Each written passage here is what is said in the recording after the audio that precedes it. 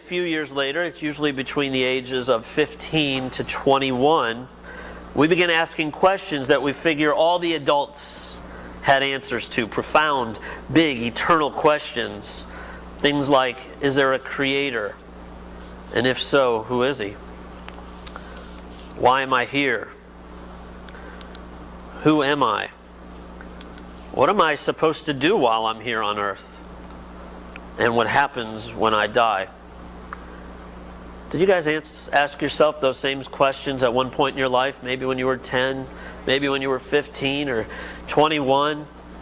I think all of us have asked ourselves these questions. I personally remember, kind of like that Don Henley song, looking up into the sky of New York when I was 6 years old, thinking, wow, what is this whole thing of life about?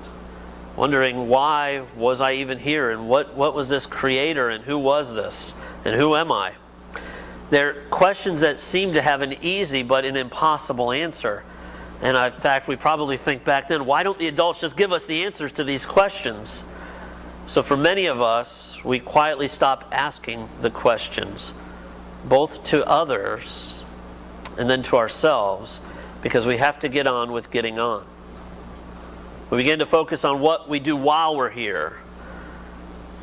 I mean, that's what everybody else is doing anyway. I mean, how many of us were asked this when you were growing up? What do you want to be when you grow up? Hey, Davey, what are you going to do when you grow up? That was the question that adults asked, isn't it? Well, what are you going to do? Not who are you? Let me tell you who you are. Not who are you going to be, but what are you going to do when you grow up? And we had these thoughts of all these different things we can do. And those seem to be the things that the adults would focus us back on. Are you going to be a doctor? Well, you make a lot of money as a doctor. You know, you can help a lot of people as a doctor. You know, lawyers also make a lot of money. What about going to be in law school? Actually, you should probably get into real estate, because 80% of the adults that are millionaires are in real estate. But the focus is on what to do, and we still haven't answered the other questions. So we get on to being an adults, and we start to forget about those other questions.